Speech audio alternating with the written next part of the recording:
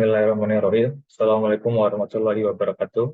Selamat pagi, rekan teman-teman semuanya. Semangat pagi. Nah, di sini lagi pagi. Semoga kabar kalian semua sehat-sehat selalu dan terus bersemangat. Di sini saya akan menyampaikan materi tentang problem solving atau penyelesaian masalah. Saya akan share screen terlebih dahulu.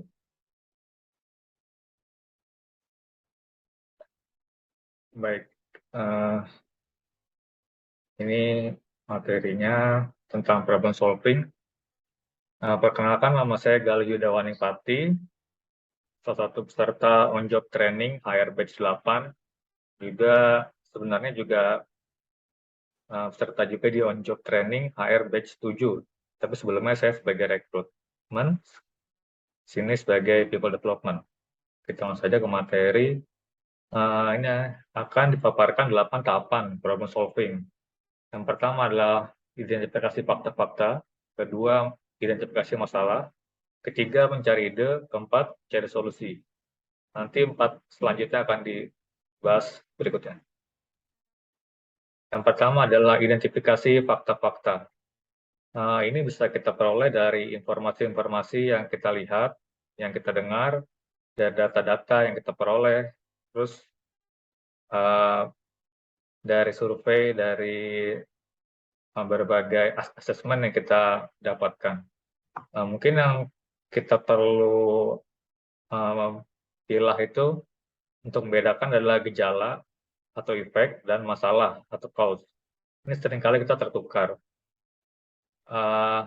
Yang kita anggap sebagai masalah atau cause, sebenarnya itu bukan masalahnya, itu adalah gejalanya. Gejala karena masalahnya belum diselesaikan. Seringkali kita tertukar, sedangkan masalahnya merupakan sebab-sebab terjadinya gejala tersebut. Mungkin akan saya terangkan selanjutnya. Ini adalah pembagian atau pembedaan antara gejala, efek, dan masalah cause. Gejala adalah akibat hasil dari adanya penyebab cause. Sedangkan masalah adalah hal yang menimbulkan terjadinya gejala. Nah, kita sini untuk memudahkan saya kasih contoh. Sini gejala biasanya di sini saya contoh hasil penjualan rendah. Itu gejalanya. Kemudian masalahnya adalah produk belum dikenal luas. Jadi karena produk belum dikenal luas menghasilkan hasil penjualan yang rendah. Nah, sebenarnya masalahnya di sini, produk yang belum dikenal luas. Nah, ini bisa kita telah lagi lebih dalam, akar masalahnya sebenarnya di mana. Nanti akan terangkan berikutnya. Identifikasi masalah. Di sini kita akan membahas tentang root cause analysis, terus ada 5 why, juga diagram kronologis. Ini tidak semuanya dipakai, tapi bisa dipilih salah satunya. Pertama-tama kita menggunakan 5M. 5M itu man atau manusianya, money atau uang, metode, material, dan mesin atau mesin. Ini biasa kita bagi kategori 5 ini yang umum. Nanti contohnya seperti ini. Ini nanti akan bisa dibuat diagram Ishikawa ya, atau fishbone diagram. Ini kita tempatkan berdasarkan kategorinya, ada man, money, material, mesin, dan metode. Di sini, ini nih, sebelah kanan ini adalah efeknya, atau gejala yang muncul. Gejala muncul ini disebabkan oleh masalah-masalah. Kalau dari di sini, contoh, manusianya kurangnya jumlah SDM, dan jumlah SDM itu kurang memahami prosedur dari faktor M. Juga dari faktor metode juga muncul di sini tidak adanya SOP. Yang kanan ini adalah efek, yang kiri ini adalah cause atau masalah atau penyebab. Kemudian ada lagi beberapa kategori tambahan, biasanya ini 3 ini ada tools, ada environment, ada policies. Dan bisa lagi lebih banyak lagi. Ini untuk memudahkan biasanya ya 3 ini, tambahan dari 5 yang tadi jadi 8. Terus di sini alat kadang juga digabungkan, kalau tidak pakai tools ini digabungkan dengan tadi mesin, environment, bisa eksternal, bisa internal. Kalau internal ini adalah culture perusahaan ya. Kalau eksternal ya lingkungan di luar perusahaan. Semua ada policy. Policies ini juga bisa eksternal, bisa internal. Kalau policies internal adalah peraturan-peraturan perusahaan, sedangkan yang eksternal itu adalah peraturan pemerintah atau peraturan daerah. Bisa tambahkan 3 ini atau cukup dengan 5 yang tadi. Dan tidak dipakai semuanya pun tidak masalah. Cari yang paling memungkinkan terjadi efek tadi. Kemudian kita ke root cause analysis. Di sini ada beberapa kriteria untuk melakukannya. Satu, setiap kategori mempunyai sebab-sebab yang perlu diuraikan, seperti tadi, diuraikan. Dari sebab itu ada lagi, ini kedua, terdapat penyebab primer, penyebab sekunder, tersier, dan seterusnya. Jadi, setiap penyebab primer itu ternyata ada lagi buntutnya atau akarnya yang lebih mendalam, penyebab sekunder, terusnya penyebab tersier, yang bisa mengakibatkan penyebab primer. Ketiga, satu sebab bisa dituliskan di beberapa tempat apabila berhubungan dengan beberapa kategori. Ini misalkan tadi, nih tidak ada SOP, ini bisa dituliskan 2, di sini di main, juga di metode. Dia bisa 2 kali muncul, bisa juga mungkin di money, bisa di material, juga bisa di mesin. Ya walaupun mungkin juga tidak dipakai semuanya juga bisa juga. Tergantung kebutuhan kita dan tergantung kasusnya seperti apa. Ini keterangan penyebab primer diakibatkan penyebab sekunder. Penyebab sekunder diakibatkan oleh penyebab tersier dan seterusnya. Ini untuk mencari akar permasalahan atau root cause analysis. Ini contoh seperti ini. Di sini simptom satu gejalanya. Tadi kita lihat sini efek dan di sini penyebab atau di cause. Ini ada berapa kategori. Ada di sini dimasukkan tidak semuanya ya. Di sini cuma 4. Ada environment, tools, people, dan policies. Di sini terlihat di sini penyebabnya dokumen, tools ini dokumen banyak tercecer. Kenapa dokumen banyak tercecer? Karena dokumen disimpan pada tempat yang berbeda-beda. Akhirnya disimpulkan akar permasalahannya dokumen yang disimpan hanya yang dirasa dibutuhkan. Ini sebenarnya akar permasalahannya atau root cause-nya di sini. Kemudian juga berlaku pada yang lain. Di setiap penyebab primer ada penyebab sekunder dan penyebab tersier. Bisa dipakai primer, sekunder, tersier tergantung mana yang lebih berdampak. Oke. Kemudian tadi selain memakai skala diagram, kita bisa memakai 5 why. 5 why ini mencoba mencari akar permasalahan secara mendalam dengan mengajukan pertanyaan kenapa secara terus-menerus atau bertingkat. Ini saya contohkan. Kenapa kekurangan uang? Karena terjadi pemborosan. Kenapa terjadi pemborosan? Karena terlalu banyaknya pengeluaran. Kenapa pengeluaran terlalu banyak? Karena tidak ada perencanaan. Kenapa tidak ada perencanaan? Karena tidak memiliki pengetahuan. Kenapa tidak memiliki pengetahuan? Karena belum adanya training. Nah, di sini belum ada training ini adalah akar permasalahannya. Oke. Ini sebenarnya bisa lebih dari 5 atau juga tidak sampai 5 pun juga bisa. Ya, tergantung kebutuhan kita, tergantung seberapa dalam kita mencari akar permasalahannya. Ini contoh dari diagram YY atau 5Y tentang kopi ya di sini. Kenapa kopi rasanya tidak begitu enak gitu ya.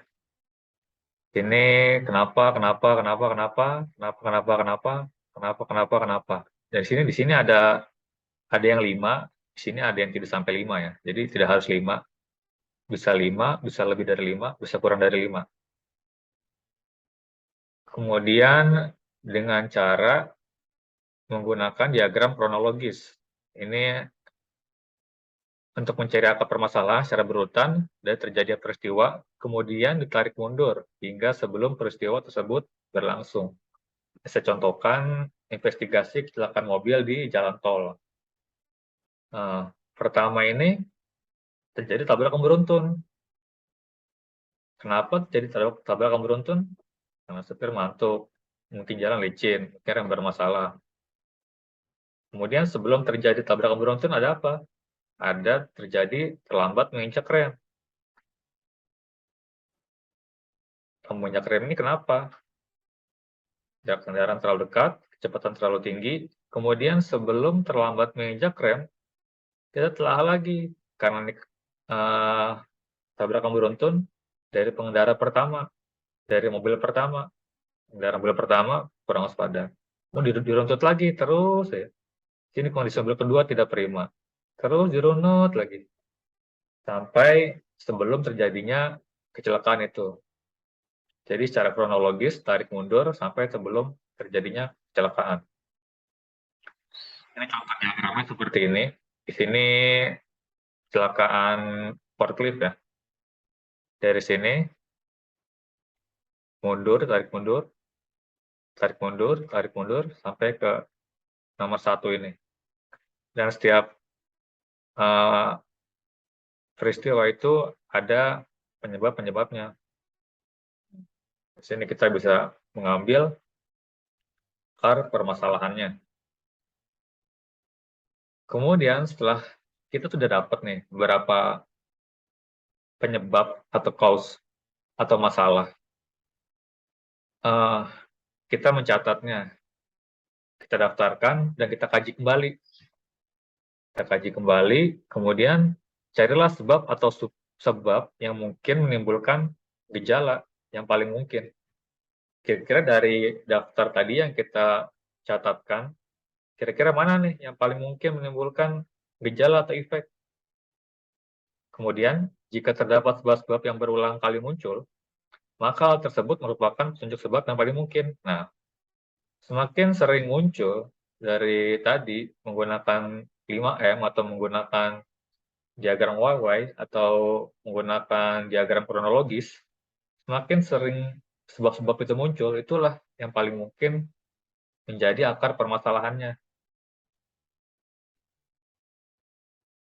Oke, kemudian setelah kita tahu permasalahannya, kita setelah mengidentifikasi masalahnya seperti apa, kemudian kita mencari ide untuk apa?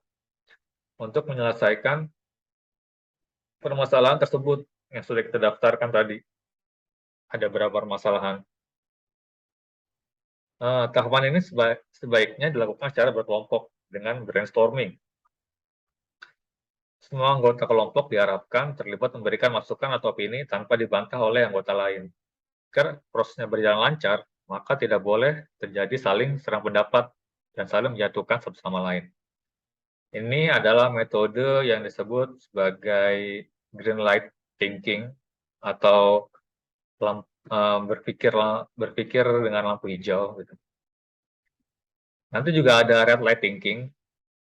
Apa perbedaannya? Nih, kita bedakan. Ada green light thinking, ada red light thinking. Kalau green light thinking, tadi untuk mencari ide. Dia memiliki kriteria, tidak ada syaratan atau batasan, fokus pada kuantitas, dan tidak boleh dihakimi. Jadi pendapat apapun ini tidak boleh dihakimi terlebih dahulu. Jadi tadi semua anggota ini dikumpulkan idenya dari yang paling masuk akal sampai tidak paling masuk akal, tapi tidak boleh kita judge, tidak boleh kita hakimi terlebih dahulu. Kita harus kumpulkan terlebih dahulu karena ini cerita kita kumpulkan terlebih dahulu Karena fokus dari greenlight thinking adalah kuantitas, mencari sebanyak mungkin. Beda nanti dengan ini solusi. Untuk mencari solusi kita menggunakan right light thinking. Kriterianya apa? Right light thinking itu memiliki syarat dan batasan. Kemudian ia fokus pada kualitas, kemudian terdapat beberapa penyesuaian sesuai dengan kebutuhan perusahaan atau kebutuhan bisnis. Ini berbeda, tapi mungkin bisa beririsan. Tadi greenlight thinking untuk mencari ide, tidak ada batasannya. Red light thinking ini untuk mencari solusi, terdapat batasan. Contohnya misalkan greenlight thinking ini sebutkan beberapa benda di sekitar kita. Gitu. Itu tidak ada batasan, kita boleh menyebutkan apa saja. Kemudian ketika red light thinking, ketika ada batasannya, sebutkan benda di sekitar kita yang mempunyai fungsi menulis atau bisa membuat catatan. Itu sudah ada batasan. Atau sebutkan benda yang berbentuk kotak atau berbentuk lingkaran. Itu sudah ada batasan. Sedangkan guillotine itu benar-benar tidak ada pembatasnya atau syaratnya. Kemudian ini, mencari solusi. Mencari solusi setelah ide terkumpul, tahapan selanjutnya adalah mencari solusi dari permasalahan yang terjadi. Kumpulan ide yang diidentifikasi sesuai dengan kebutuhan organisasi. Agar tidak terlalu jauh melebar, maka diberikan syarat tertentu untuk dapat segera dilakukan perbaikan. Nah, seperti tadi ya, ini adalah red light. adalah red light thinking, di mana ada syarat dan batasan agar semakin relevan ya, semakin relevan dengan penyelesaian masalah, supaya bisa melakukan perbaikan segera mungkin. Ini adalah contoh yang kita buat tabelnya.